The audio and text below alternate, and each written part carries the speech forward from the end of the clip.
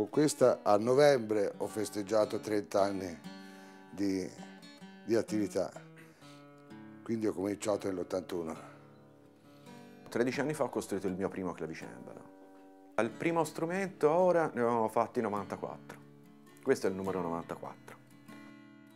The main reason why a player goes to a luthier to have a custom-made guitar, it's because he or she can choose some important measures that the production instrument cannot give.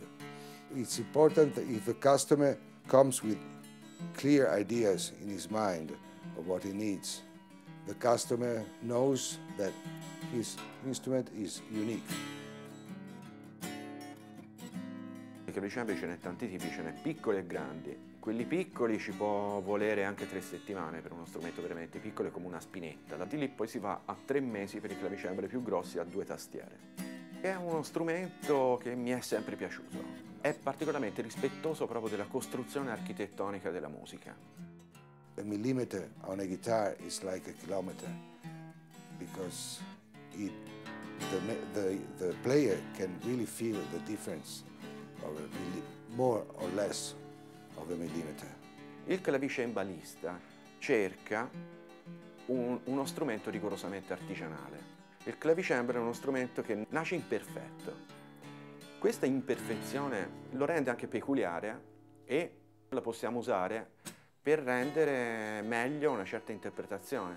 I think about the guitar like touching and embracing a lady. When you need a contact with the very fine details, you have like a physical relationship with the instrument. At the very end, if I need to be close to the instrument and work touching the wood. Un clavicembalo, diversamente da molti altri tipi di strumenti a tastiera, ha bisogno anche di molta manutenzione. Bisogna saperlo accordare, bisogna sapere fare certe piccole riparazioni.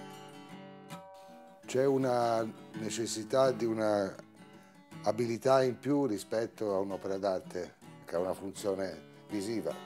Bisogna combinare la parte estetica, cioè fare un bell'oggetto, deve anche funzionare. Io devo capire quello che vuole il cliente e se il cliente non lo sa, devo cercare di far capire a lui cos'è che lui vuole. Se sono Bach voglio un certo timbro, se sono, che ne so, autori italiani del Cinquecento ne voglio un altro. L'esecutore usa quello strumento sfruttando le caratteristiche timbriche scelte a monte dal costruttore di questo strumento.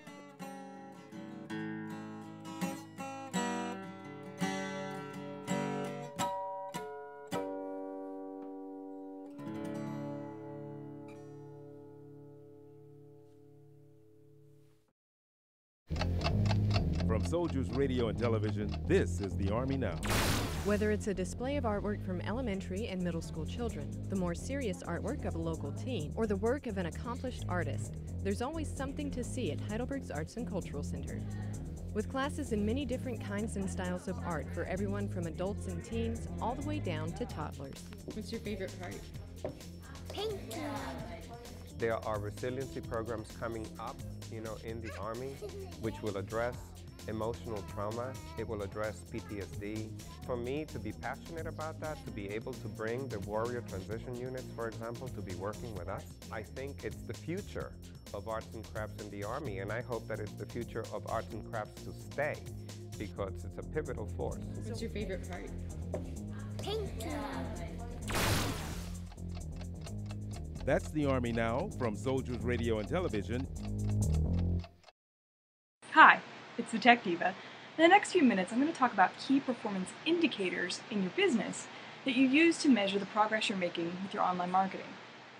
So when you're starting any project, whether it's offline or online, you need to have something to measure whether you're reaching your goals, right? If you set a goal like you want to make $10,000 a month by, 12 months from now, you need to have metrics to know, are you getting closer to that goal or are you just sort of wandering in limbo? So a lot of times people they set up their Google Analytics or their whatever, some sort of dashboard to be able to look at the traffic that comes to their site. They get likes on Facebook, they get views on their YouTube channel, and they kind of have all these metrics but don't really know exactly what that means. Like if you're getting 12,000 views to your YouTube video, is that good? Like what's that mean? Like that sounds good, right? Like, and if you get like 5,000 likes on your Facebook wall, that's pretty awesome, right? Like that's cool.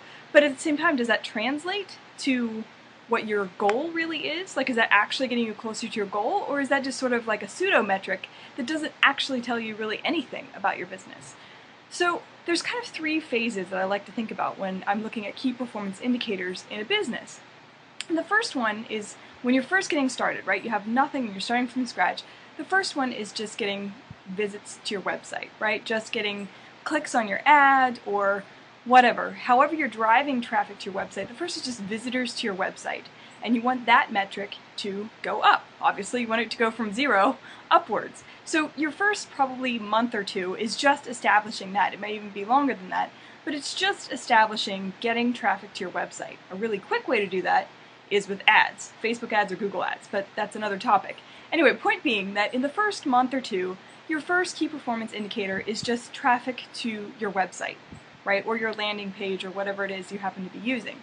But then after that, that kind of becomes irrelevant if they're not taking action once they're on your site, right? If someone's coming to your site but they're not taking action, they're not signing up to your list or they're not buying your products, then it really does not matter if you're getting 10,000 people to your site a day if they're not taking the action that you want them to. It's still not getting you any closer to your goal. So after the first phase of just the traffic each day, the next phase becomes the signups or the conversions to your website, right? And a lot of times with internet marketing, I talk about, and a lot of the great guys, they all teach having some sort of freebie offer, your free line content, or what you would call your lead magnet, to be able to get people just to engage with you. By giving their email, they get free tips or some articles or some training or whatever. They give you their email in exchange for something of value to them, and that starts the relationship. So you get a lead, they give you their email, you then write back, and then you build a relationship over time through that lead magnet, right? So with that process in mind, the next key performance indicator then is how many signups are you getting a day? And if it's not signups, then it's clicks to purchase your product. But usually it's pretty premature to expect people to land on your site and buy, unless you're like reselling Amazon products or something and they know exactly what they're looking for. But that's not quite the business model I'm talking about here. I'm talking about someone that's setting up a business and they're wanting to engage people and build a relationship with a prospect to then eventually convert them to a sale, either working one-on-one or a course or a product or whatever. So your second key performance indicator is how many signups are you getting to your lead magnet? How many signups a day in relation to the number of people that are visiting your site? And that's your conversion rate, right? That's the next key performance indicator. And that might carry you through the first 6 months, right? After the initial phase of just getting traffic, in the next few months, maybe the next 6 months, is just about getting more and more signups and improving your conversion rate over time. So that key performance indicator is now moved to another kind of metric, right? Because we've just established that the traffic isn't relevant once you get to the second phase. What's actually relevant is how many signups you're getting. So you're wanting to improve your page over time. And this is when testing comes into place. So this is split testing. So you want to set up maybe 2 different landing pages with 2 different offers, see which one works better. You want to test ad headlines, see which one people click on, and then if they click on it, do they sign up? You want to test like a video on your homepage, your copy, maybe the design itself. Like you really want to be split testing to improve this conversion rate. You want to spend time here, right? Like if you're getting one sign up every couple weeks, that sucks. Like that's not really going to carry you most likely very far in your business, given most goals of internet marketing. So you really want to try to make it better and better and better over time and really spend time here just getting that conversion rate down, getting people engaged with you, because that is the first step of building that client relationship. So that's the first key into the funnel. And if that key doesn't work, the rest of it doesn't work, right? So you really have to get that part down. Then the next key performance indicator that comes after the signups, then of course, is conversions to sales. How many sales are you getting in relationship to the people that are signing up and the people that are actually building a relationship with you? And how many steps does that take? So it's looking at the sales in relationship to the signups, in relationship to the visitors per day to your site. And those key indicators are the ones over time that really set up the structure of your business, at least in the first year, right? And then, of course, over time, it becomes, getting your costs down, finding more efficient ways to get traffic, setting up other programs, cross-sells, upsells. There's lots of other things that come in after that first initial introductory phase. But in the introduction, it's really about traffic, and then it's about signups, and then it's about the first sale and what steps it takes to first get through all of those points with someone, and then to improve that over time. So you really get it dialed in how to get people to sign up with you, and then how to get a sale. And once you have that locked in, you can expand, like your possibilities are endless, right? Because you know how to get people on a list, you know how to convert them to a sale, so now you can start adding other additional products to your offerings, you can start having other offers, you can build relationships with them, you can ask them what they want, and so on. But having those first three things established really gives you sort of the framework, or lays the groundwork for building the business online that you're really looking for. I hope that helped. If you have any other questions, or if you have something you use that I didn't mention here to track the progress in your business, I'd love to know. Please just leave a comment below or send me an email. I'd love to hear from you. Thanks so much.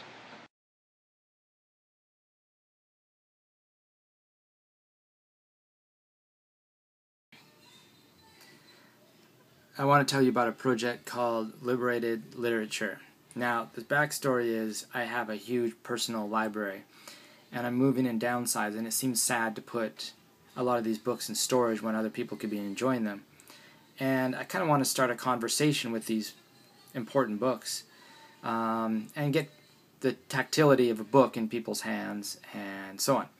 So anyway, what this means is I want to put a little paper slip in the front of each of the books. So imagine we got a little paperback book here. Open it up, and then right by my little stamp, there'd be a page glued to this that's kind of like a library card. So what I have in mind is something like this. Liberated Literature at the top in kind of a banner. I saw a neat iteration of this on a sign I can send along. Maybe a little stamp up in the corner that says Art Saves Lives, Devo's Liberated Literature, read it, sign it, share it. You could probably just say read, sign, share. And then kind of like a library card where it has 3 columns, but asking what's your name, or who are you, where you at, and thoughts. Then down at the bottom, a little bit of information about this program, so to speak. This book seeded by Dave Olson at Uncle Weed. What do you think? Hashtag something like that. Well, it needs to be the size to fit into the front page of a book. Now, the books are different sizes, but kind of one standard small size. So here's a couple things of inspiration. First of all is the library card. Now, a lot of folks may not really ever seen one of these, but I love the thin blue lines and this font, this typeface used in the borrower's name and due date, etc., where it looks like a very simple copperplate kind of thing, juxtaposed by the handwriting and the inkiness of the typewriter for the actual book information, and all the little numerals of random information that doesn't really make sense unless you know what it's about. Same thing at the bottom. In this case, it continues up back to the side too, and I just love the simple elegance of the date, the borrower's name, and so on. To look at it, they would come in the books with in this little sleeve here. Now, I think in this project it's going to be more like just a glued-in paper like that. Rather than a card that slides in. But the same kind of, something that evokes this kind of feeling. Another piece of inspiration when looking at this is this Field Notes notebook that I like so much. The simple, bold sans serif font. And then in this, it's got all kinds of just mostly meaningless information, but I like that kind of cluttery, instructional kind of feel. But what I need is something like this that can be duplicated, that has some heart and soul, that explains to people to read it, share it, pass it along, and to encourages people to kind of jump into the conversation. I'll send a few other little bits and pieces maybe as inspiration, but that's the gist of it. Thoughts? Hey guys, it's Sam from the SAM show, known as the Sam and Mal Show.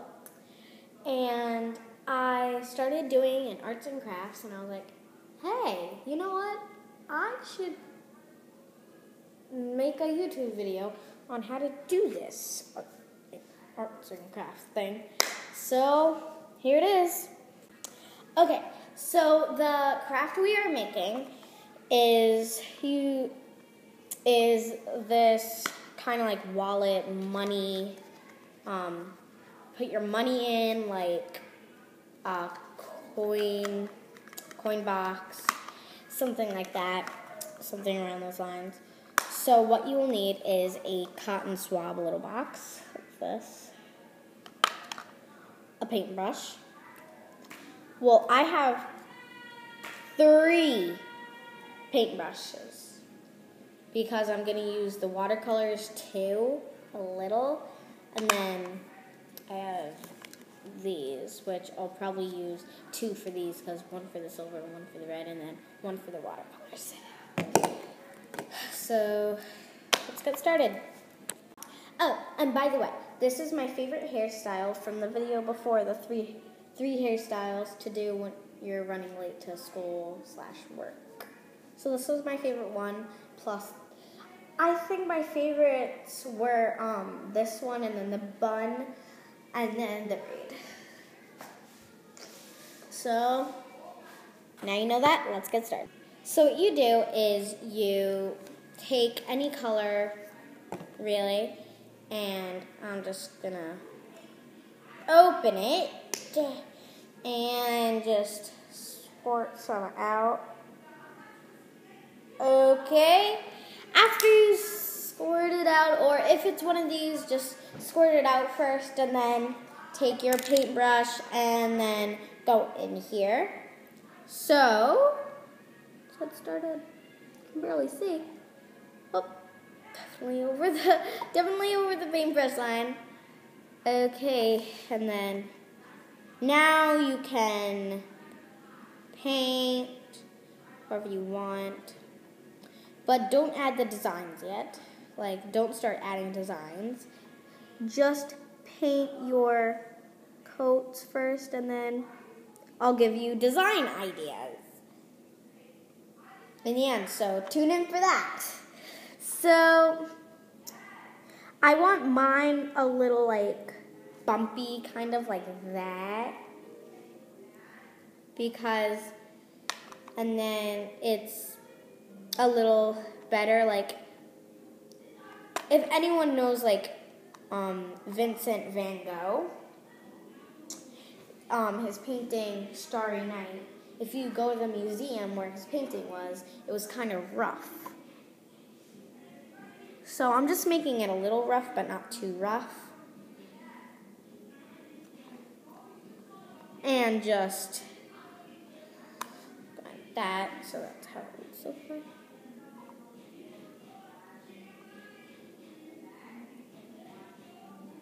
So like that. So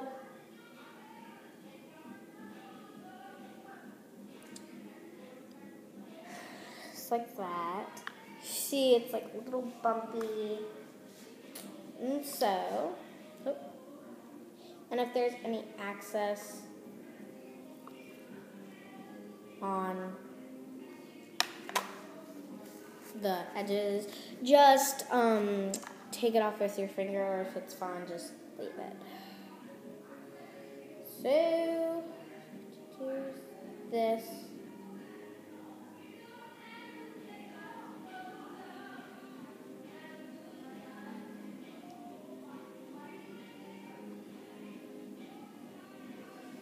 That looks good so far.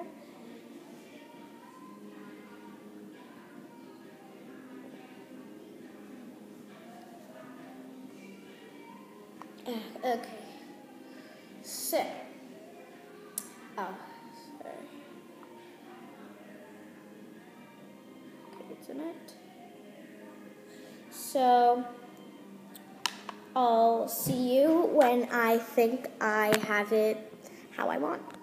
So I almost have it how I want, so I'm just gonna keep you guys like right there. And yeah. So, okay, I have it how I want, so I'm just gonna go like that. Okay, so next part. Okay, so I'm just gonna let this dry, and then after I will show you the next part. Now is the next part, and this has dried. It's been a day, and it's dried, and I like how it is.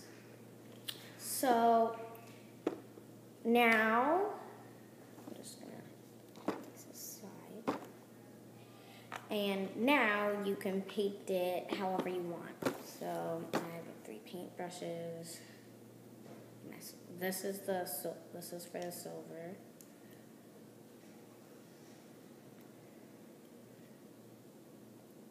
This is for the watercolors, and this is for the red paint. Oh, no, that's the silver. This is for the red paint. So, let's get started. Oh, and by the way, I have water in this cup for the watercolors. First, I'm just going to try out the watercolors. If they don't work, I will use the red paint. Okay, so I'm just going to color it, which I'm very surprised. I put water on the pink, the watercolor pink, like 2 hours ago or so. And now it's like kind of like one of these. So I was very surprised about that, because I let the pink dry so that I could so I could get more of a color, so that it wouldn't be so light. So I let it dry. And I thought it was going to dry into one of the others, but it didn't. It turned like a really nice pink. So nice. Okay, so I am just painting it.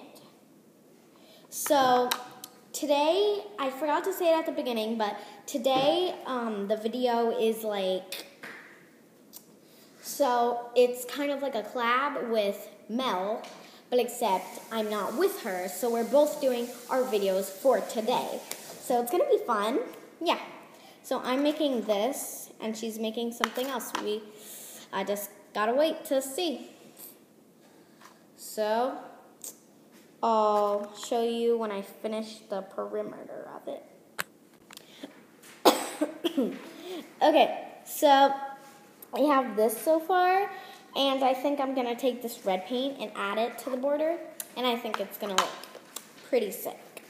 So I'll see you when I finish that. Oh, sorry.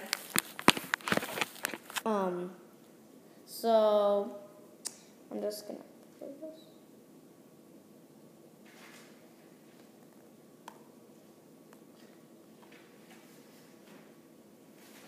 So I'll do that and that, but I'm just gonna take it off there. Oops. Okay. Okay.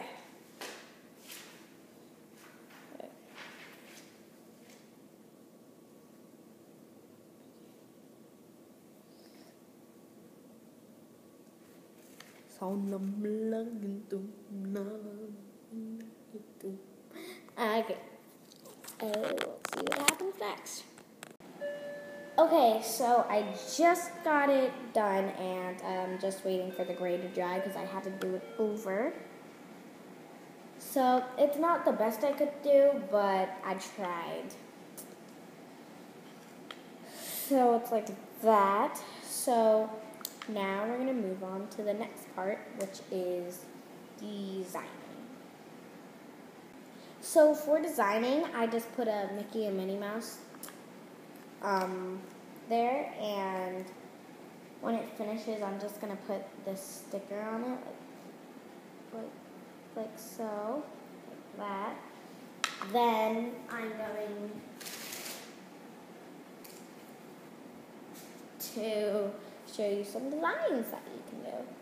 So let's get started. So,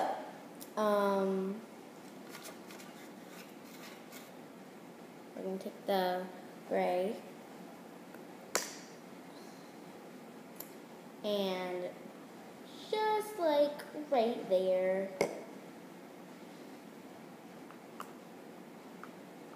I'm going to put a flower. If you don't know how to draw a flower, I'll teach you. So we're going to do a flower like this, all drawn on. So just that.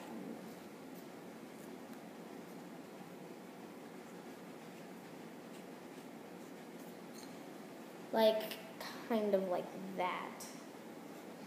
So, yeah. So I'll show you when I'm done. So I have finished my flower, and this is how it turned out. It's not the best, but it's okay. So next you can just draw like smiley faces and stuff like that. Or you can even make up one. So yeah, I'll see you in my next video. I hope you liked it. So I'll see you guys tomorrow. So I hope you liked this craft.